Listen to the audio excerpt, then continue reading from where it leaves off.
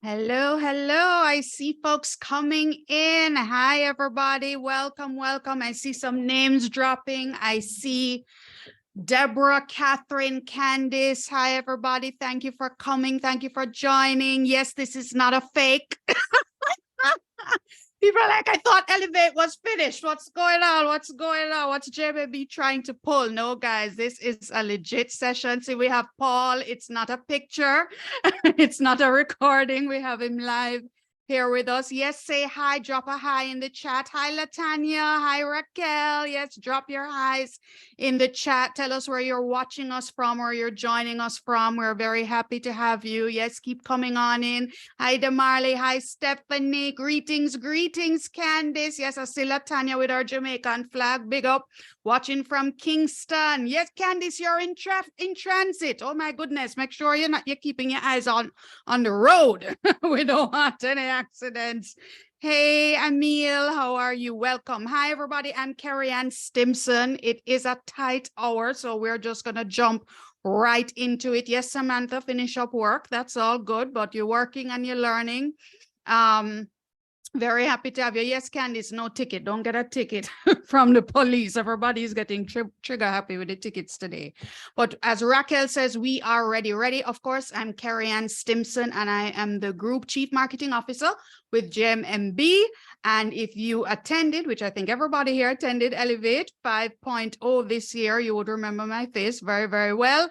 And we are happy to have this bonus session. And guys, we can't take any credit for this idea because it is our awesome keynote speaker, Paul C. Brunson, who said, hey, you know, his presentation was great. It took up a lot of time. We didn't have the time to go into a Q&A after, but he's like, man, you know, I want to talk to my people. I want to hear the questions. I want to be able to, you know, answer any questions, give some feedback. And he volunteered his time. And here he is. He's joining us from home. And yes, we're very, very happy to have him. And we're happy to have you join. Thanks for registering. Thanks for participating. And we are going to get into this conversation. And of course, just a quick homework item, guys. So when you're dropping your questions, there's a Q&A panel button at the bottom. Q&A is different from chat, guys. Okay, so let's be clear on that. There's a Q&A window button, and then there's a chat. So yes, you're saying hi in the chat, and thanks for coming. Hi, everybody. But for the Q&A now, please drop your questions in the Q&A section, because that helps us manage the questions so much better. We can highlight, okay, which ones have we answered, So please don't get it twisted, right? So yes, Raquel, we see a hand, but drop your question in the Q&A. And then what we're going to do is we are going to get started. We trust that everybody is going to be camera ready. Once we get to your question, our admin team is going to try and find you and bring you up so that you'll be able to speak or get your question answered for everybody's benefit. Yes, but if you want to interact and switch on your camera, we're going to facilitate that as well. And we're just excited. Paul, welcome. And thank you for suggesting this. And thank you for making yourself available. Thank you for having me. It's an honor to be here. I'm excited. I already see some great questions, you know, here already. So yeah, I'm ready. I'm ready. Yeah. Let's get to it. I'm ready. Awesome. Awesome. Yeah. And as I said, you know, time is tight. So let's jump right in, because we had a nice agenda plan and we said, you know, suppose the questions don't come quickly. Let's start with a level setting question. But I know my JMMB Elevate people and they're on it with the questions. So we're going to jump right into it. And you know what, based on the flow of your presentation, Paul, because guys, I hope you got a chance to rewatch it. If you haven't yet, you need to rewatch it. I find it's great to kind of go over and get the nuggets and really stop, pause, rewind. It's really awesome. So re-listen, but I know for a lot of us, your presentation is very fresh in our minds, Paul. And I think Tafari's question, Tafari Hilton, hey Tafari, is a great way to kind of kick things off, because you early in the presentation, you spoke about avatar or determining who our avatar is, right? And I think that's a great way to kick us off if you could give us that clarification. So I know our admin team is going to find Tafari. Hey, Tafari, love the picture. If you want to join us by camera, you can. But Paul, could you just kind of just kick off for us with our first question, answering our first question about who is our avatar? Absolutely. Great question to begin with. Here's what we have to think about when we are considering our avatar, right? Your avatar, think of a business, right? Who purchases the product and service from the business? It's the customer. So typically when avatars or customers were taught in business schools way back in the day, it was always just a customer, someone who purchases products and services. But what's happened is over time, now that we've all become personal brands, right? It's not just companies, it's people have become brands. We've looked at the fact that it's not just customers purchasing products and services from us. It could be you hosting your own Zoom webinars, and you have people watching the Zoom webinar, and they're not purchasing from you, but they're still taking something from you. They are consuming from you. So this is the reason why this term avatar became more popularly used when it comes to your customer or who your consumer is. So an avatar is anyone and any entity who consumes from you. And let me just unpack that a little bit more. So if I am hosting, let's say I'm doing relationship coaching and I do it on a webinar, right, for individuals, that would be me serving an individual consumer, an individual avatar. But I might do relationship coaching for in-house therapists at major hospitals, which means I'm selling to hospitals. That would be a business entity, a business consumer, a business avatar, right? So there's individuals, and then you also have, I'll just say entities. But long story short, an avatar is a consumer of your product, your services, or your content. All right, Paul, thank you so much. Because I think I can speak for everyone else who was at the Elevate that we were very much confused. I tried to construe a meaning as much as I could, because how I understand avatar to be in the world of tech that we have now, I thought avatar was how you create a character or something that you can control. So I was assuming it was something relating to like a customer, but I just wanted the clarity. So thank you so much for that. You're more than welcome. More than welcome. Right. So, and I think another way to use a different kind of a nomenclature, I like, Paul, and I put it to you to see if you're comfortable with that, is kind of like your avatar is your ideal client profile. Who are you targeting? What do they look like? What's their demographic, their psychographics? What are their dreams, their hopes, their concerns, their questions, and how do you serve them? So more or less, it's really who you're speaking to, as opposed to an avatar. As Tafari said, it's not you, it's who you're speaking to, it's who you're serving, it's who you're offering something to. Great question. Thanks so much, Tafari. Stay safe. I see you're still on the road, so stay safe. Paul, Candice. Hey, Candice, how you doing? Candice, you're the one that's driving. Make sure that you're driving safe while you're typing and texting, or you're not driving. I hope you're a passenger. But Candice, which I think is kind of related to the avatar question in terms of who you're serving, who you're speaking to, who you're creating content for. Candice wants to find out what's the best way to find your niche, Paul? And I think this also has to do with when you're creating content as well. How do you find the niche that you can own and occupy? Well, first, I'm concerned if Candice has the most number of questions and she's driving at the same time. She is best multitasker in the world. She's probably going to come on video, talk to us at the same time while she's driving. Probably, yeah. We're going to try and find Candice Stewart. All right, but this is a great beautiful question. Picture, Candice. Yes, this is a great question to come on the back of Tafari's question in terms of what is an avatar. So your niche is interesting because a lot of people think about, okay, my niche is basically my opportunity. And niche technically means something that is unique to you, right? So that is technically what a niche is. Here's how I like to look at it is you think about your avatar, right? As Carrie Ann said, your ideal customer, your ideal consumer, right? You think about who they are. Remember in the presentation I talked about, think about their deepest pain point, right? So you think about why does that particular person watch videos from you? Why do they follow you in your newsletter? Why do they buy your product or why do they buy your service? Why do they do those things? And then you unpack that why. You ask, well, why are they thinking that? And you keep going back, and you unpack it to the point where you get their deepest pain point, right? This is the deepest reason why this particular person comes to you, Candace, versus anyone else. That particular place is the area in which you begin to identify your niche. Then what you have to do is you have to think about how can you, unlike anyone else, uniquely serve that person, right? Based on your experiences, based on your skills, based on your network, based on where you live, based on all the ups and downs of your life. How can you uniquely, right, unlike anyone else, serve that particular person and address their deepest pain point?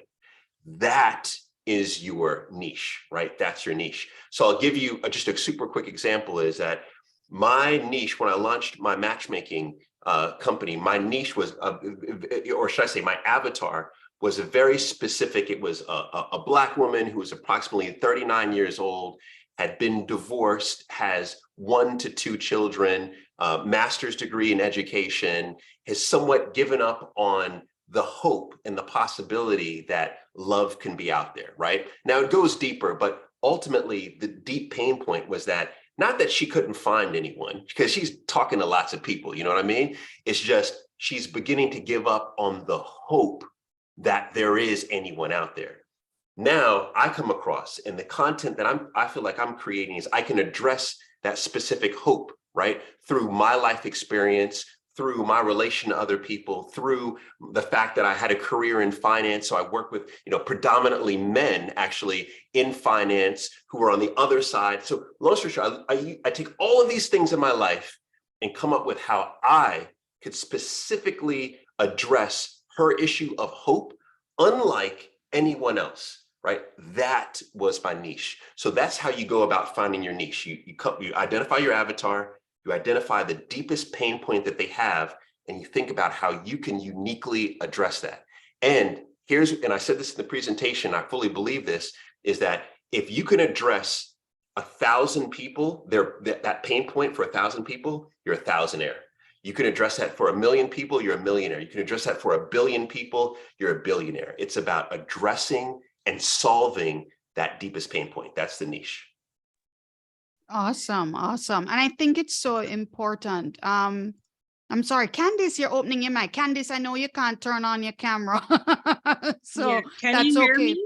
Yeah, man, we're hearing you. Go ahead. I hope we're answering your question. Yes. So first of all, good night or good evening. Thank you Hi. so much for your response, Paul. I like your response and I agree with you. The thing is, I find that many persons, perhaps even including myself, sometimes confuse the word niche to mean what it is that I like, or the content creator or producer, that what we like, and then we just push it out there and hope for the best. Whereas it should be what the people want, the people who are consuming our products want, and how we can better use up all of the skill sets that we have to give to these people what it is that they want. So that's what I understand from what he said, and I think I got it. Did I? Yeah, not only did you get it perfectly, but you made a very important distinction.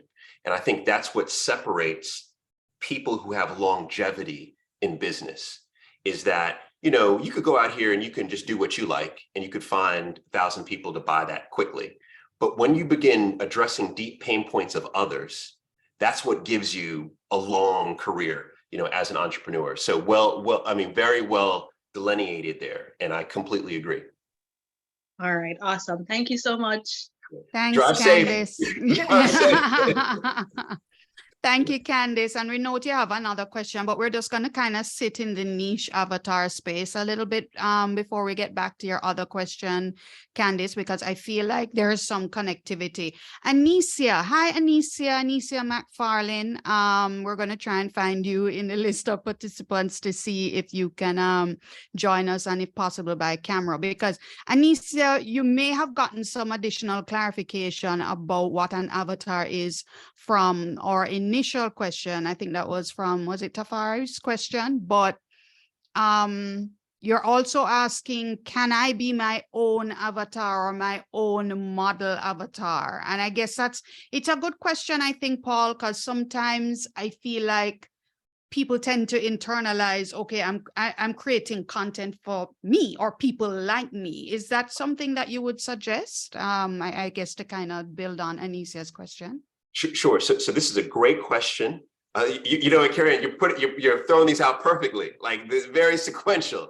And this also even touches on Candace's question around monetization, right? So normally what we do is we identify what our pain is, and then we begin to build products and solutions around our pain. This is the way most entrepreneurs start. This is the way most content creators start, is they think about their issues, their problems, areas that they want to address, and then they begin to solve them, which is fine. You can completely do that. Your avatar can be you, and it makes it much easier if your avatar is you, because you know you.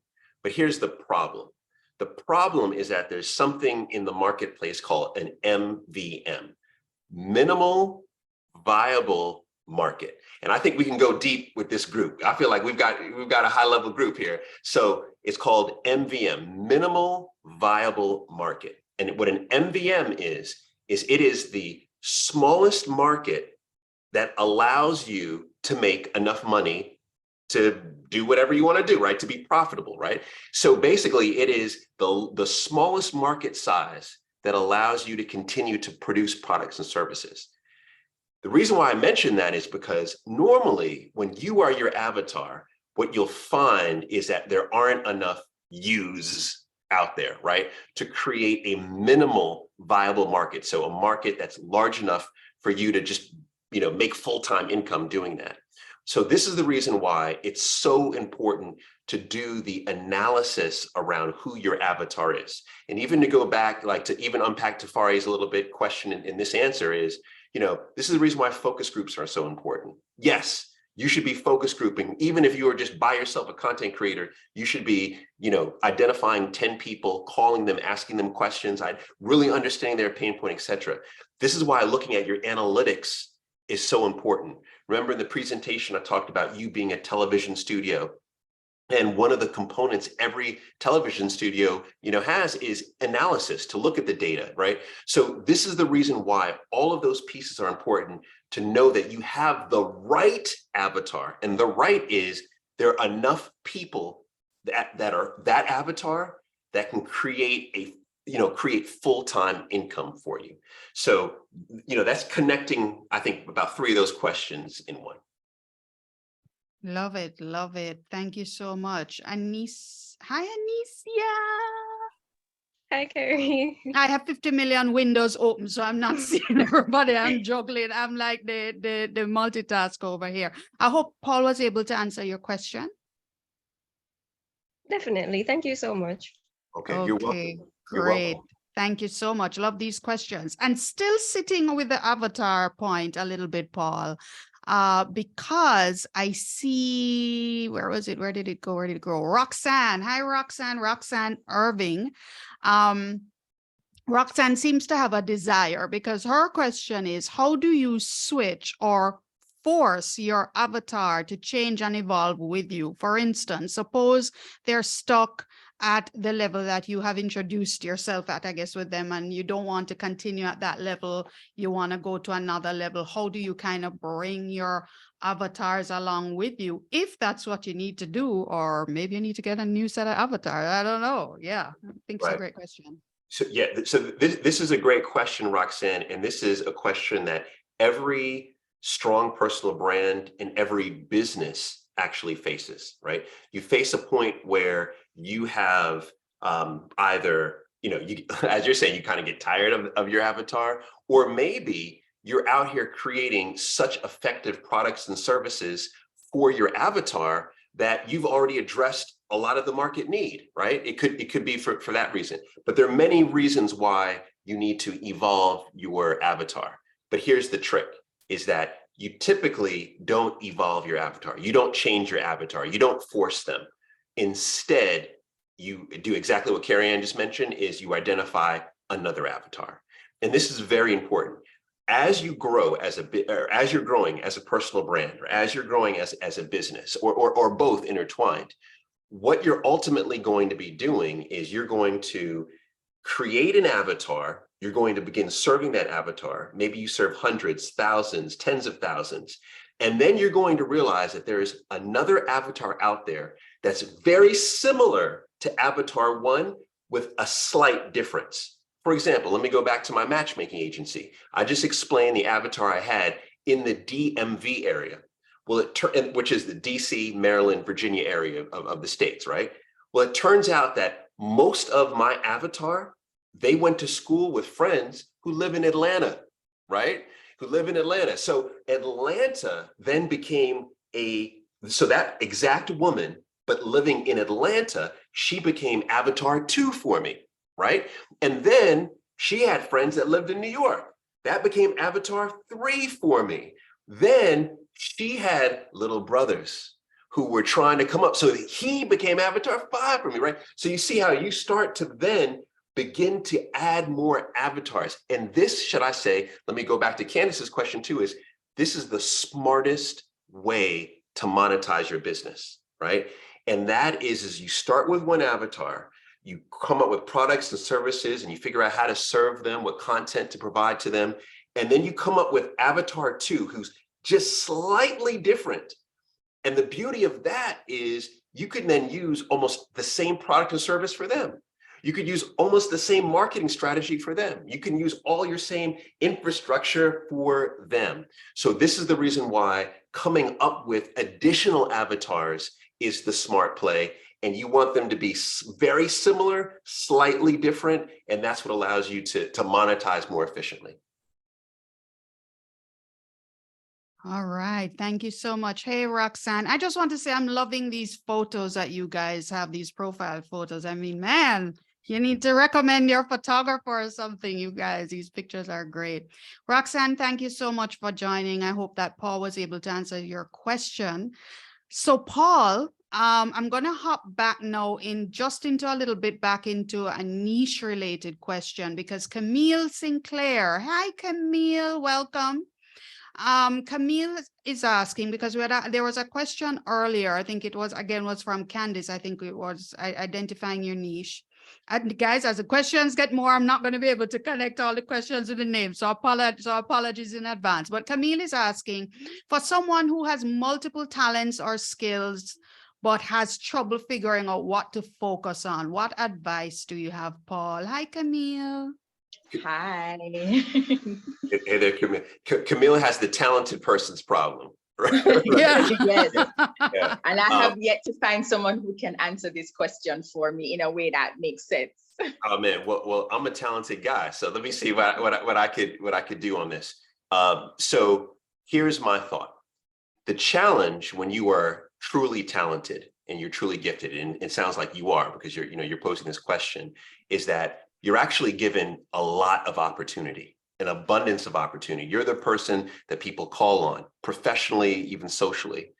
And the challenge that you have, the number one response is you have to become very comfortable in saying no, right? So that's really where it begins. You have to become very, very comfortable in saying no, because here's what's going to happen to you.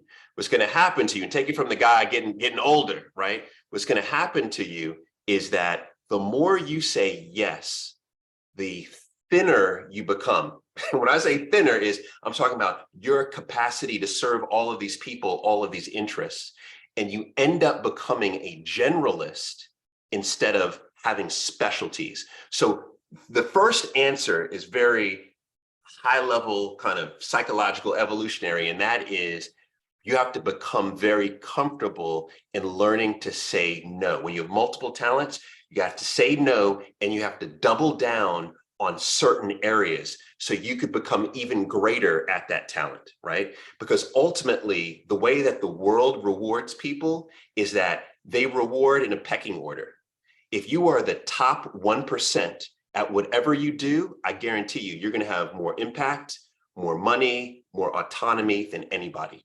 Anybody, no matter what you do, right? Play the clarinet, you know about Smurfs, you play basketball, whatever it is, I guarantee you, your top 1%, you're going to have all those things.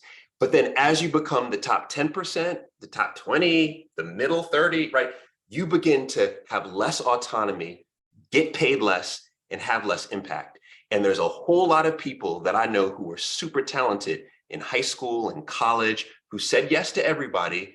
They didn't double down on their skills. They became generalists. They became stuck in positions, stuck in jobs, etc. They became generalists, and now they have less impact, less autonomy, less money than they could have had. So that's where I begin the answer, okay? Now, let's go a little bit deeper. Here's what you do when you have all those talents and you have all those skills. You just start solving problems for one person. And when I say solving problems for one person, I'm talking about solving problems for one avatar. And you take all of your skills, all of your resources, all of your network, and you have one objective.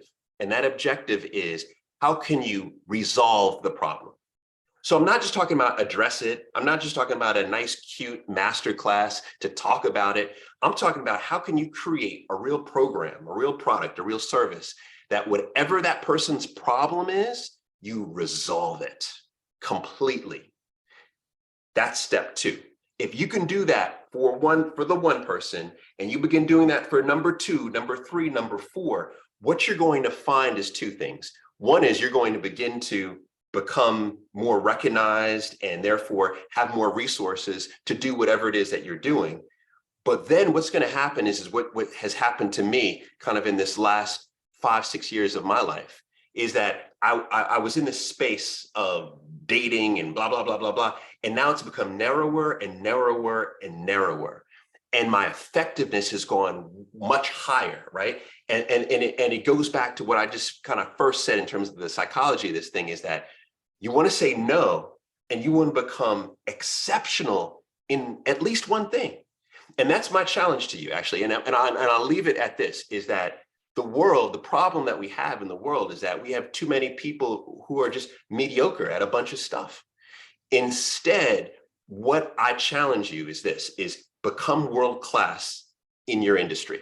So think about that. Whatever your industry is, how can you be the top 1% of those people? That was the task I gave myself 10 years ago. And I feel like I'm at the top 1%, and I'm climbing to be number 1, right? So that's the key, is if you do those things, that is how someone who's multi-talented actually gets real autonomy, real money, and real impact in this world. Okay, thank you so much for responding to that question. I'm gonna really try to take the notes and see how much easier it's gonna make the situation. But when you just said a while ago about becoming world-class in your industry, it's just weird because when you mentioned about being in jobs and stuff and you're not satisfied necessarily, feeling like this is not where you're supposed to be, that's exactly where I am right now. Okay. And so I'm really gonna have to try and figure out what that problem is that I can solve, and see if I can get to solving that problem and see what happens after that. But thank you so much for responding to the question. No problem. Can I, Karen? Can I just pose a question here? I think. Sure. Okay, thank you. So Camille, here's a question: is right now in your life, just friends, family, when people typically come to you, right, for a problem, to resolve something, to ask you a particular type of question, what category are they normally asking you in? Oh my goodness, there's tons of things, but it's mostly to do with things related to communication, anything like a document that they want written. Maybe it's something in PR. It's always related to, because I did spend some time in media. I spent about 7 to 8 years in media. I've been in communications all my life. I've done social media. So I think they think when it comes to those things, I have all the answers. But Okay. I can't say I'm 100% passionate about communication. I really do, however, love media. So that's the part of the challenge, if you know what I mean. So then, I mean, here's how you begin to unpack that, is you begin to find the intersection between what the market, what the people are asking you for more of, and what you enjoy doing. But remember, it's not just about you enjoy doing it. It's what part of it do you enjoy helping other people with, right? That's where you begin. And then once you're at that part, then you start doing that as much as possible. And that's why you have to say no to other people. And that may mean that even though you're in a great job right now, that means that you have to take a salary cut of 50% and you have to go move to another country and work as the assistant to the assistant of the assistant doing that, right? That's how you begin. And the more that you are doing that thing, the more that you are telling yourself either, I thoroughly enjoy this, so I want to learn more, or I don't, so therefore I have to pivot just a little bit. And that's how you begin to fall into that place of magic, is that it's through the work, it's through the journey, it's through getting your hands dirty, right? That's how you find it. Okay, thank you so much. All right. Got it. Thank you so much. Thanks, Camille. Appreciate the question. And yes, wow. Okay, I see the questions. I want to make sure we're flowing. Similar to the question just asked by Camille Paul. We have Damarley Dunbar. Hi, Damarley. I'm gonna try and reach out to you. I'm sure our team has already. So Damarley, in a similar-ish kind of way to Camille's question, she wants to know, how do you build your personal brand from scratch? As she's a multi-talented person as well, multi-skilled, but at the same time, she recognizes, I'm sorry, guys, I don't know these names. I'm saying he and she, and it could be a he. Forgive me, guys, you know how it go. While taking care of 9 to 5 family responsibilities without burning out and staying consistent, because we know as content creators, consistency is very important.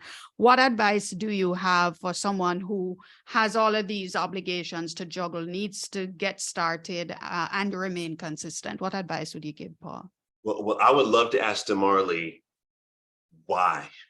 Like, why do you, given all the other responsibilities you have, why? I would just like to know that. Damarley, can you open your microphone and oh, hi, Damarley, there you are. Yes, Paul wants to know why. You're muted. I think you're muted. If you could unmute for us, thanks. Sorry about that.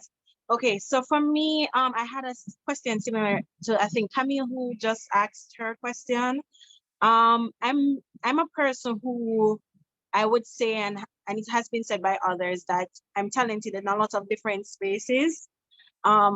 Even once my friend called me a brand genius. And I think some of these things are things that I just don't latch on to, because I feel like I have so many different things that I'm good at. I'm not exactly sure what it is that I want to accept as truth as yet, because I'm still exploring. But for me, why it is that I want to love what I do. That's one of the number one things. And as you mentioned in the answer that you just gave a few moments ago, I'm working, but I feel almost as if I could be doing more. Where I'm at is like, for me, it's like a foundational level, and I can go a lot further, even a lot faster as well. Not to say that I'm not at a good place, and I haven't.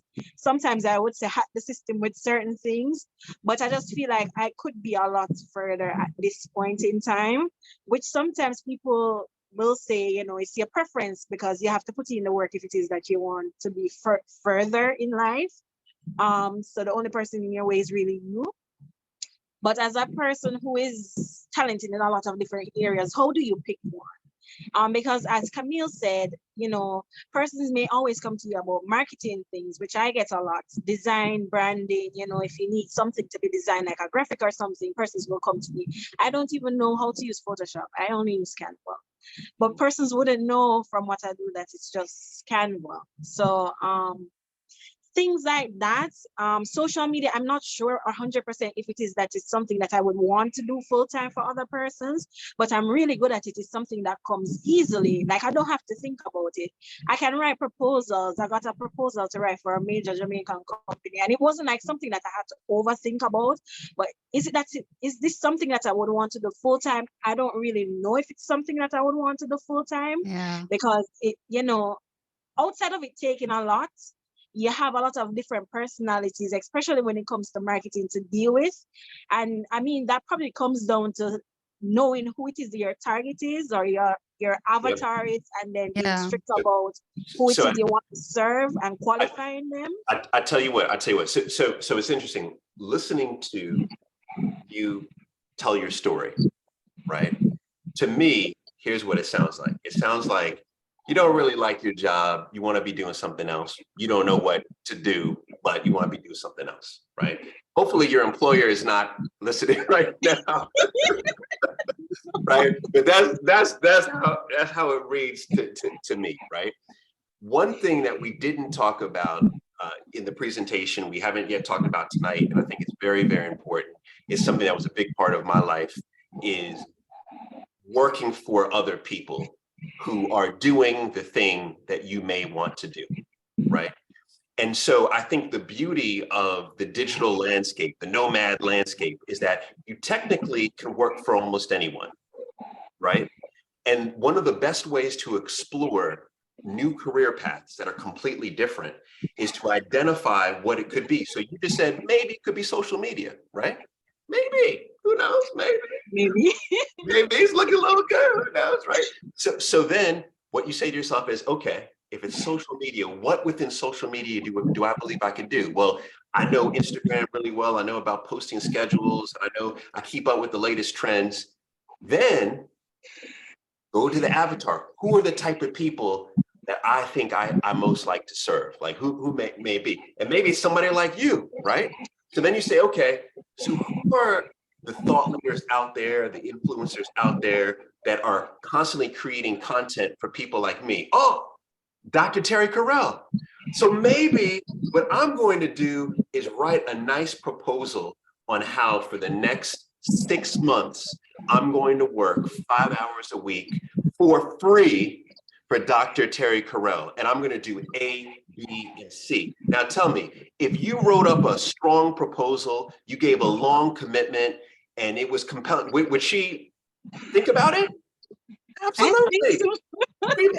Free labor. Of course she's going to think about it, right? And that's how you begin. You begin by working for other people, for doing for other people who are in that zone, and you begin to fill it out, right? That was what I did, right? I worked for multiple people for many years, and that helped me. So that's what I would suggest you do. Okay. Well, that All sounds right. like a plan. Good. Thank you, Damarley. Much Thank you appreciated. for answering the question. You got it. No Thanks for the question. problem. Great. All right. So we're coming down on the bottom half of the hour. So I want to jump in now, again, trying to keep the questions in a sequential kind of a way. Camila. Hi, Camila. Camila Seville. Camila is saying, hi, Paul, you mentioned that your personal brand in your presentation is what's said about you when you're not in the room. My challenge with this is it depends on the room. Some things can range from good things, bad things, indifferent. Could you kind of just provide, I guess, some clarity around what that means? And I just want to take the liberty and add to that and say maybe if and how we could impact that. Yes. All right. So if it's Gamila, here's what you have to remember. This applies to everyone. So you could be in a certain room. I could be in a certain room. I leave. People say, "Oh, he's the best thing ever." I go to that same room, say the same thing, act the same way. People say he's an idiot. right? So here's where I say it always goes back to your avatar. And why I always take it back to the avatar is that the real question is, if you, and remember, when you have an avatar, it's someone that you're proud to serve. And remember, you're serving them. That's also very important. You have to get into that mindset of you're serving them. For example, you all are, you're part of my avatar, right? I, reached out to Carrie Ann and I said, I really want to answer questions. I don't feel like we got deep enough. I want to do this. So I'm not asking for extra money, for this. Instead, I'm getting the fulfillment from serving you, spending this time. I could be doing many things, but I'm with you because I am fulfilled by serving you, literally, right? And so you have to identify an avatar who is like that, someone who you feel like you want to serve them every day. You get up excited, wanting to serve them. Now, once you have found that person, that's who you care about. Everybody else, well, doesn't really matter. You know what I mean? Because remember, in the presentation, I said what's key is that your avatar feels like you ride for them. Now, do you want to be well-liked and all these things? Yeah, it's good to be well-liked. But the key is, how does your avatar feel about you, right? That's the key. And as long as you are, and in the presentation, I talked about something called a Q score, popularity mixed with how, like your notoriety, right? How popular you are and how likable you are. I'm sorry, how popular and likable. If among your avatar, you are popular, people know you, right? If I say your name, people typically know who you are, and people typically like you. That's the most important. You can't care about these others. I love that. And it reminds me of the story you shared in your presentation, Paul, about the interview with Jermaine Dupri, when they were telling you, you can't go there with Janet Jackson, and you went there because as far as you're concerned, you're not satisfying the director or the big boss, you're satisfying your avatar. Yes. Yeah, Yes. in as much as it costed you the job, you were kind of, sidelined. But Camila, I hope that Paul answered your question. Oh, yes, Carrie. Hi, Carrie. Thank you, Paul. You did. Thanks for the clarity. You're welcome. You're welcome.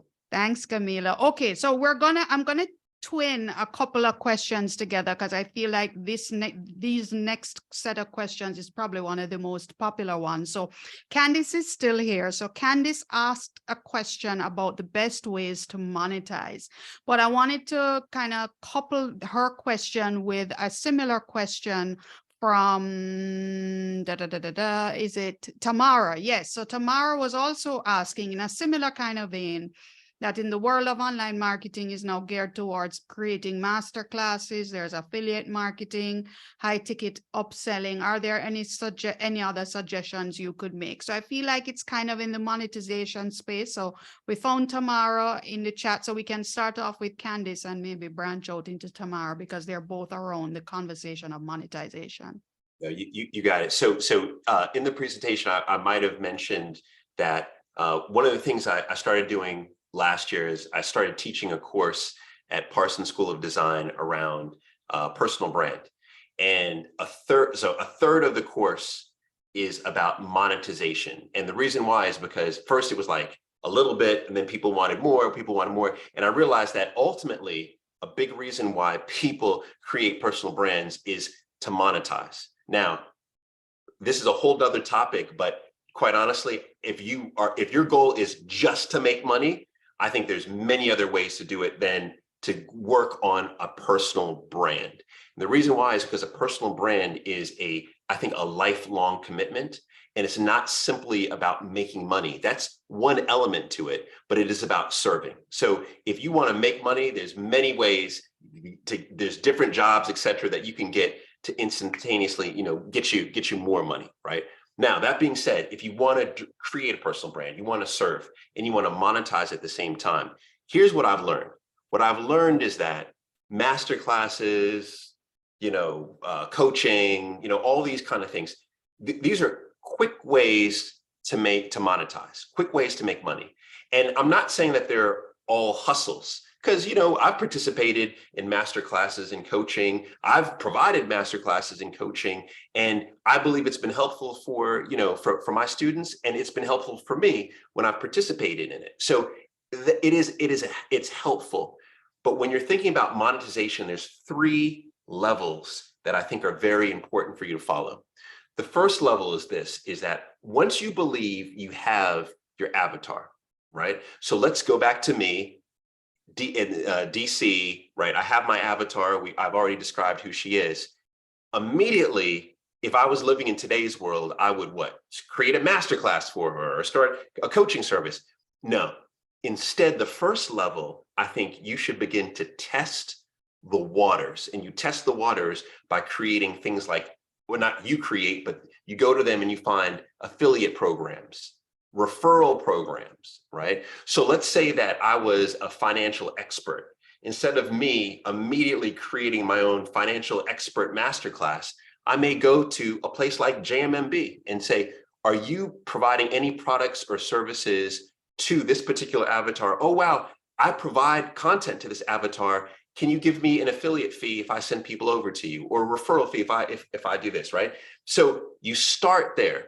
The reason why you start there is because if you can't convert on referrals or affiliates, you're not going to convert on big masterclasses, right? This is how you start. You start with referrals, you start with affiliates. This is how you start. The other reason why you start in that level is because in order for people to truly purchase from you, they have to have gone through what I call the know, like, trust.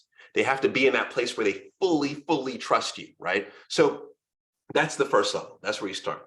The second level is after you see people are beginning to purchase, you've tested the waters, they're starting to trust you a little bit more, you know, they're purchasing into those referrals. Then the second level is what is called white labels, right? White labels. This is where someone else is creating the product, someone else is creating the service, it's someone else's masterclass, but you are one of the 5 speakers of the masterclass and you sell that, right? The whole idea is you are using an established product or service, but you are white labeling it. You are putting your brand around it, right? That's the second level. And then the third level, the final level of monetization is you've done all those things. They're working for you.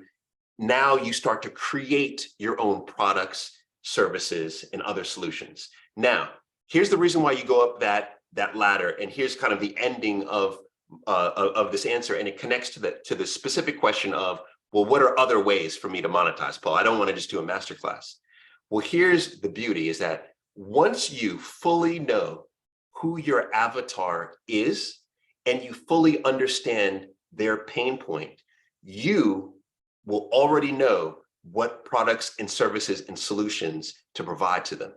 Now, this is my response. If I was putting on my business school cap on, you know, if you were my student, I would go hard on you. I'd say, if you don't know the product or service to provide, there's a chance you don't know your avatar enough, right? And so that means that you're trying to monetize them real quick, right? And so, in other words, what I'm saying here is that you really get to know your avatar. And when you really get to know your avatar and you've already started providing level 1, level 2, right? Affiliates, white label stuff, blah, blah, blah, blah, you will then begin to fully understand what are the services, what are the products I can provide. And maybe it is a masterclass, right? Or maybe it's some derivative of a masterclass or whatever it may be, right? But the point is that you will know once you've reached that level of understanding of their pain point. All right, I think that's great. And just to remind everybody that this session is being recorded, and we're going to make the recording available for you to go back and replay and rewind and redigest. Thank you so much, ladies, for your question, because I know the monetization issue is a big one, and a lot of folks really want to dig deep. So again, we're trying to stick to time. So real quick, Rachel. Hi, Rachel. Rachel Matthews saying, hi, Paul. How do you make your content palatable, or how do you package it for your avatar, especially when the content touches sensitive or taboo topics concerning things like sexual health, psychosexual issues, etc.? P.S. Rachel is a doctor working in women's health. Thank you. Hi, Rachel. Thanks for your question. You got it. Great question, Rachel. And I would say maybe you don't make it palatable, right? The only person needs to be palatable for is your avatar.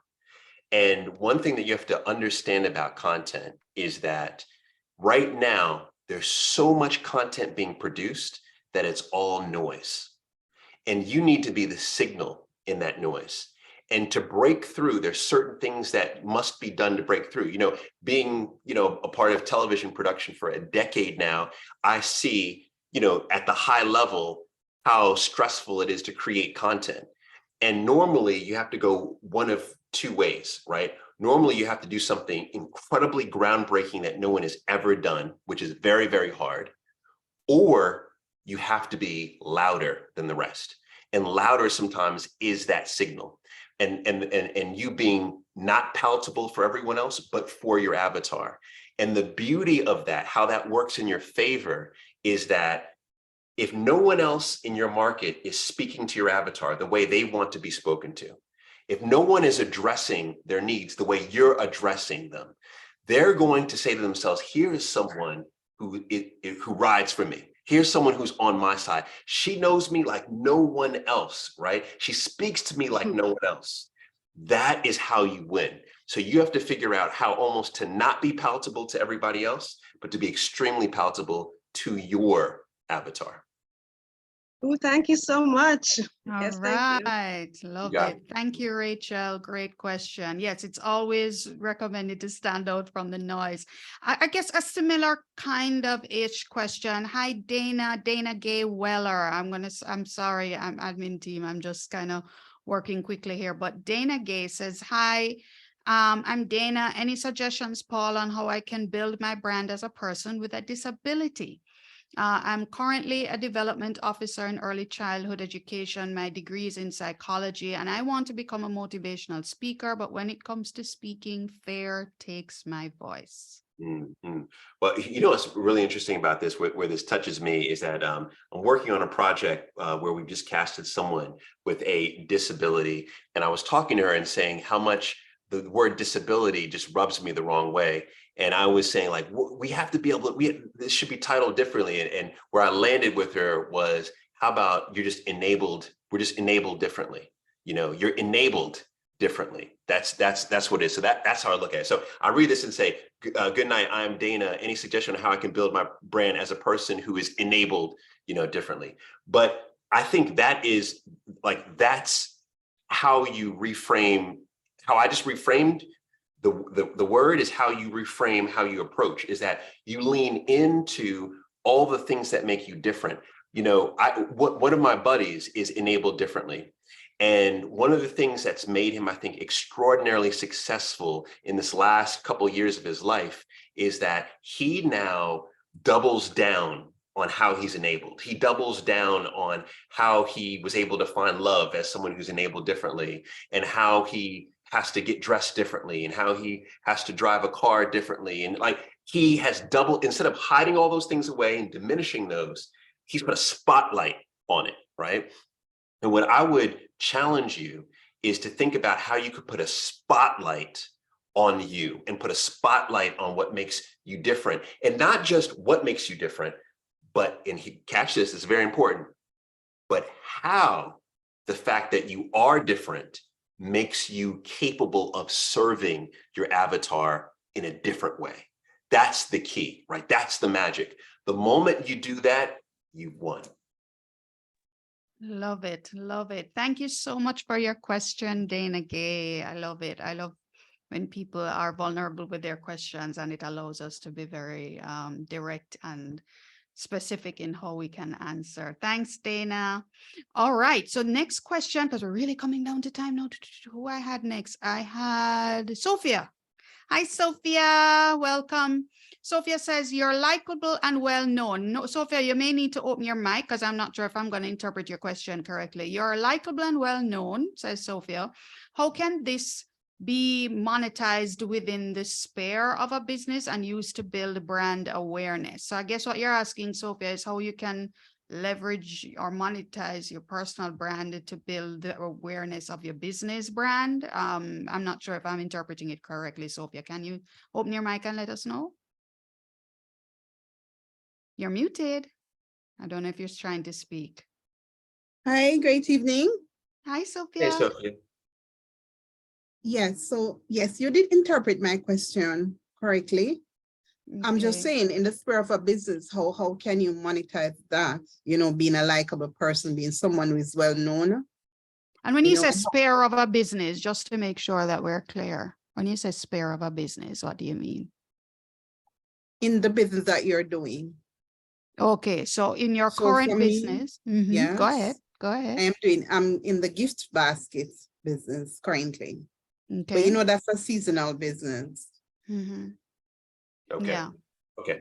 And So here's what I would say, and I'm only making this short because of the time, is that I think, Sophia, what you have to remember is that being well known and being likable is not enough to monetize, right? Mhm. Remember, you have to be well known, then you have to be liked, and then, Sophia, what's the magic? What comes behind being liked? Mm. Sophia, you weren't listening today. See, I put you on a spot at the very end, right? You have to be, Candace just said it, Stuart, you have to be trusted. So, Sophia, what you have, your objective right now shouldn't be, how can I monetize? How can I make money? And I get it, you need to pay the bills. But right now you should be thinking, how can I take all of these people who know me and like me and get them to trust me? That's the question you need to figure out how they can answer, how you can answer. And maybe there's certain ways. For example, if you say you make baskets, correct? Yes, Okay. I do. So if you make baskets, maybe one way to determine if people will trust you is they will come to you for a basket weaving class, right? They'll come, if you provide that, they would come, right? Maybe that's one thing. Maybe you providing a newsletter on how you make the baskets and the love that you give to the baskets and the narrative of the baskets, right? That's one way for them to trust you more. There's many, many ways. Go online, Google different ways to move people from liking you to trusting you. But the key is they have to trust you. Then once they are trusting you, that's when you can move them to monetization. Okay, great. Thank you so much. Thank you so much. Thank you, Sophia. Much appreciated. Okay, so last few minutes, there are two questions technically. The first one is from Danielle. Hi, Danielle Carnegie. How do you keep your brand relevant and responsive if you shift careers? What steps do you take to rebuild your brand in a new space? And then real quick, Latanya wants to know, how do you deal with those people who impersonate your personal brand? So I don't know if we can fit those two in, Paul. Okay, sure. So for the catfishing, I'll take that one first, is that you just rise above. That's the bottom line, is that you rise above. Of course, technically, you want to make sure that you're reporting that to Instagram or TikTok and all those things. But ultimately, when somebody's just ripping off your content, ripping off you have to understand, okay, that means you're doing all the things the right way. Just keep doing what you're doing. And through time, they're going to fall off. Because if they're just replicating you, they've got nothing to provide. So that's my answer there. Now, in terms of Daniel's question, I really like this one, because what we're doing now is we're living in a day and age where we're constantly pivoting our careers. And a lot of people will build up recognition in one area, have to pivot to another career, and all of a sudden start from scratch. This is the reason why I fully believe we should brand ourselves, right? This is the reason why I am Paul C. Brunson. My website is Paul C. Brunson. It's not Mr. Matchmaker. It's not Mr. Loverboy. It's not Dr. Love, right? It's not any of those things, right? Because that allows me to talk about other things and do other things other than just love, right? So this is the reason why it's so important to brand ourselves individually, right? So Daniel, you start with branding yourself individually. And then the second thing is, this is the reason why it's so important to have pillars. I have a whole team now, 12 people that work for me, and a lot of them do content. We have identified 7 pillars that I talk about, right? 7 pillars. So I talk about love and relationships. I talk about personal branding, but I also talk about travel. I also talk about cuisine. I also talk about history, in particular, Black history. There's 7 pillars. I'm talking about all of these things. It allows me to build recognition and brand equity in multiple categories. This is very important. Identify 5, 4, 3 pillars that you can focus your content on, right? And keep creating content there. And actually, let me stop right there because I know there's only 1 minute, but Daniel, great question. Those are 2 suggestions. Thank you so much. I appreciated that. You're more than welcome. Great question. Great. Thank you so much. And thanks for your question, Latanya, as well. And yes, guys, this session has been recorded. We're very happy. Again, Paul, thank you so very much for reaching out to us and for providing your time. Yes, the JMB marketing budget, thanks you too. But yes, we really appreciate your time. And I think this has been a great session, guys. What do you think? Let us know in the chat if you can give us your virtual round of applause and thanks to Paul. This has really been a great session, giving us an opportunity to dig in a way that we probably wouldn't have gotten to do in a large, big room setting. But it's been valuable. Again, it's recorded. We're going to make it available. And Paul, again, the JMB family and everyone here and the entire Elevate team and attendees, thank you so much again for your expertise, for your time, for your commitment, and for your generosity. And we wish you all the very best in everything that you do. All I can say is I love you, Carrie Ann, love you, JMMB, love you, everyone watching. Remember, keep consistent, keep great people around you, keep inspired through great content. And I'm telling you, as long as you're solving your avatar's deepest pain point, life will change for you. Life will change for you. Wonderful. And you are just encourage folks to follow Paul on his social media channels as well. You're on Insta for sure. You're very active on Instagram. You're on LinkedIn as well and Twitter, right? Is there anywhere else or you're on all the platforms? Where can folks? TikTok. I'm on TikTok. TikTok. Hey. Double down on TikTok right now. Everybody, double down on TikTok. I'm a big believer in TikTok. Big believer in the revival of Twitter as well. But yes, on all the social platforms. And you do engage, and it's great. One of the great parts about being in your community, you're generous and you do engage. So please feel free to follow Paul, folks. And yes, have a great rest of the evening. Okay, bye everybody. Thank you.